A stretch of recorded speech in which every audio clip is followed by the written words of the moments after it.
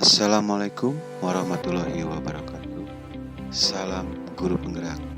Ketemu lagi dengan saya, Asep Rudiana, calon guru penggerak angkatan 9 SMK Negeri 1 Sarwa, Kabupaten Bandung Barat.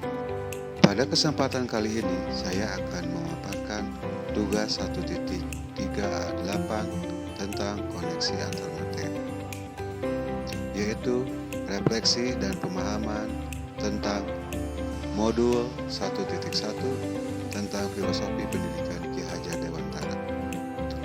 Lalu modul 1.2 tentang nilai-nilai guru penggerak. Dan yang terakhir adalah modul 1.3 tentang visi guru penggerak. Saya akan mengucapkan banyak terima kasih terlebih dahulu kepada guru-guru hebat yang selama ini tidak pernah letih untuk membimbing saya.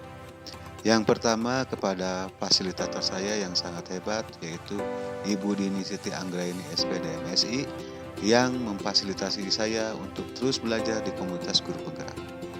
Yang kedua, yang tak kalah hebatnya adalah Ibu Wina Romdani MPD, yang sabar mensupport saya untuk terus meyakinkan saya bisa berubah gaya belajar saya dan sudut pandang saya terhadap cara menyelesaikan masalah. Saya akan kembali lagi ke pemaparan saya. Sebagai guru penggerak, saya mempunyai visi, yaitu menuntun peserta didik yang berbudaya dan berbudi pekerti luhur, berkompeten, dilandasi iman dan takwa, serta berjiwa mandiri. Dalam pembuatan visi peserta didik di masa depan, kita harus didasarkan kepada yang pertama, kepada filosofi pendidikan Ki Hajar Dewantara. Lalu yang kedua, nilai dan peran guru penggerak. Dan yang terakhir, menggunakan paradigma baru, yaitu inquiry apresiatif dengan menggunakan rumusan Bagja. Filosofi pendidikan Ki Hajar Dewantara. Pendidikan bertujuan untuk menuntun segala kodrat yang ada pada peserta didik, baik kodrat alam maupun kodrat zaman, agar peserta didik dapat keselamatan dan kebahagiaan yang setinggi-tingginya, baik sebagai manusia maupun sebagai anggota masyarakat. Nilai guru penggerak yang pertama adalah berpihak kepada murid. Yang kedua, mandiri. Yang ketiga, kolaboratif. Yang keempat, kreatif. Dan yang kelima adalah inovatif. Peran guru penggerak adalah yang pertama, menjadi pemimpin pembelajaran. Yang kedua, menjadi coach bagi guru lain. Yang ketiga, mendorong kolaborasi. Yang keempat, mewujudkan kepemimpinan peserta didik. Dan yang terakhir, menggerakkan komunitas praktisi. Visi guru penggerak. Guru penggerak harus mampu menjalankan nilai-nilai dan peran guru penggerak dalam mewujudkan profil pelajar Pancasila.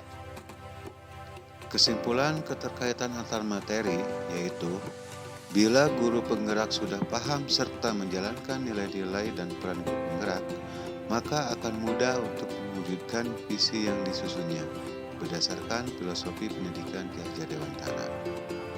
Suatu visi akan tercapai apabila pembuatannya terukur, konkret, sistematis, dan terencana. Oleh karena itu, perlu kita membuat strategi pembuatannya. Strategi yang dipakai adalah metode inquiry apresiatif dengan memakai rumusan Bagja. Inquiry apresiatif. Inquiry apresiatif dikenal oleh guru penggerak adalah pendekatan manajemen perubahan yang kolaboratif dan berbasis kekuatan. Inquiry apresiatif menggunakan prinsip utamanya dengan psikologi positif di sekolah. Pendekatan ini dapat dimulai dengan mengidentifikasi aset yang ada di sekolah, mencari cara bagaimana aset tersebut dapat dikembangkan ke arah yang lebih baik dengan menerapkan rumusan Bagja. Rumusan visi saya sebagai guru penggerak, terwujudnya pendidikan yang berbudaya, berbudi pekerti luhur, berkompeten, dilandasi iman dan takwa, serta berjiwa mandiri. Prakasa perubahan diri berfokus pada visi aspek berbudi pekerti luhur, dan profil pelajar Pancasila dengan dimensi mandiri. Prakasa perubahannya menumbuhkan budi pekerti luhur pada peserta didik. Saya menggunakan rancangan strategi dengan inquiry apresiatif melalui rumusan-rumusan Bagja.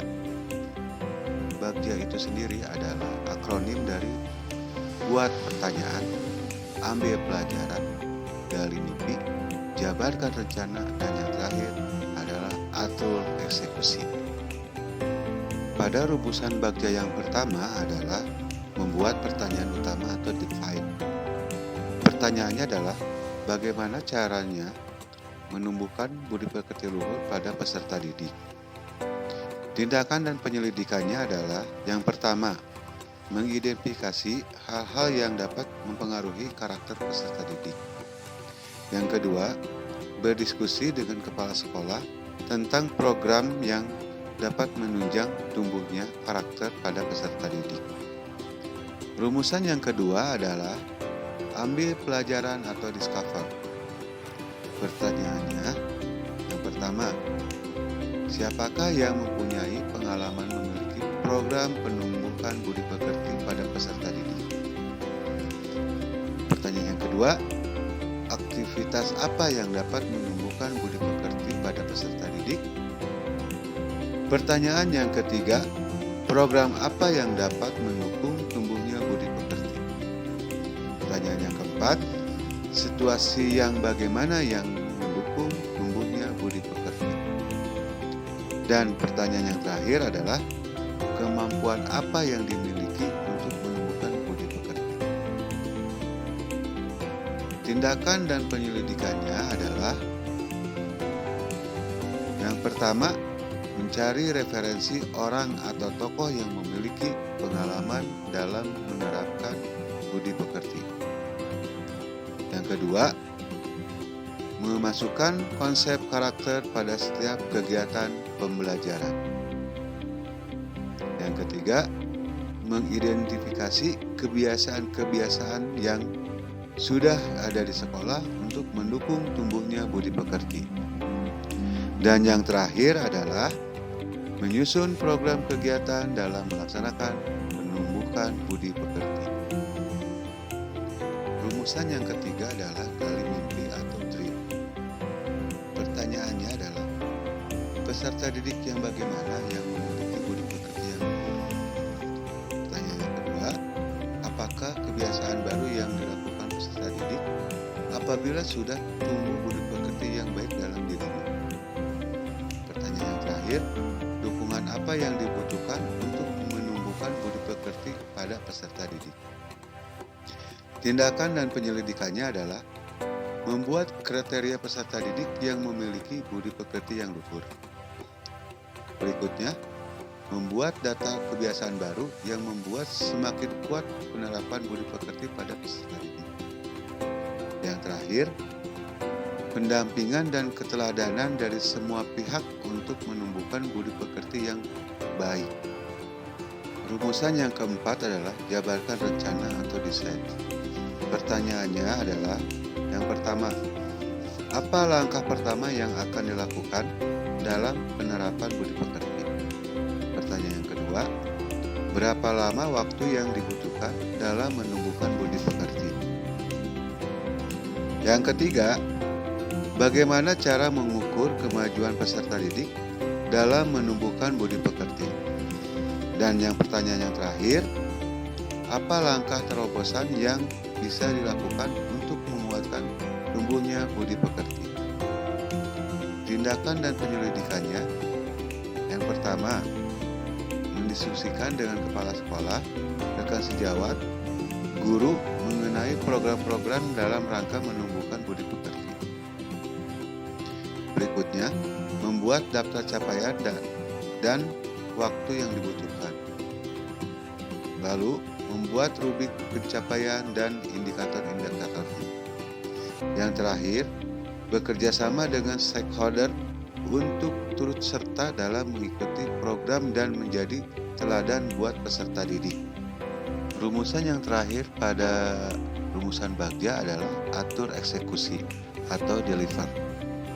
Pertanyaannya, Yang pertama, siapa saja yang terlibat dalam menumbuhkan budi pekerti pada peserta didik.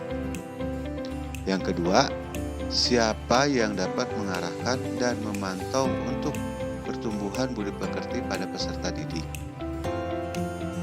Yang ketiga, bagaimana pencatatan kemajuan penumbuhan budi pekerti.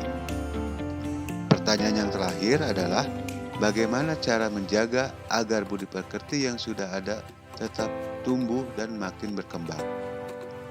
Tindakan dan penyelidikannya adalah mengajak seluruh stakeholder untuk menjadi teladan bagi seluruh peserta didik.